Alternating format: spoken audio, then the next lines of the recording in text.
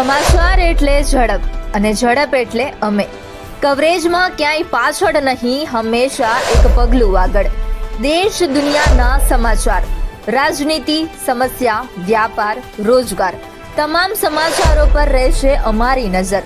ગુજરાતની દરેક ઘટના તમારા ફોનમાં સૌપ્રથમ માત્ર V18 ન્યૂઝ પર.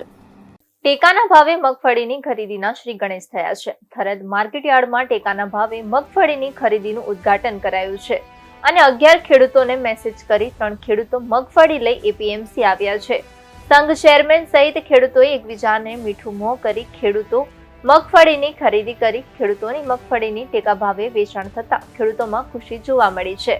ગુજરાતમાં ખેડૂતોના પાકની ટેકાના ભાવે ખરીદી શરૂ થઈ ગઈ છે. સરકાર ખેડૂતો પાસેથી મગફળી, મગ, અડદ અને સોયાબીનની ખરીદી કરશે. ત્યારે રાજકોટ, ગીર સોમનાથ, અમરેલી સહિત 22 જિલ્લાઓમાં વિવિધ કેન્દ્રો ઉપર ટેકાના ભાવે ખરીદી શરૂ કરાઈ છે. ખેડૂતોને SMS દ્વારા જાણ કરીને વેચાણ માટે ખરીદી કેન્દ્રો ઉપર બોલાવવામાં આવ્યા છે.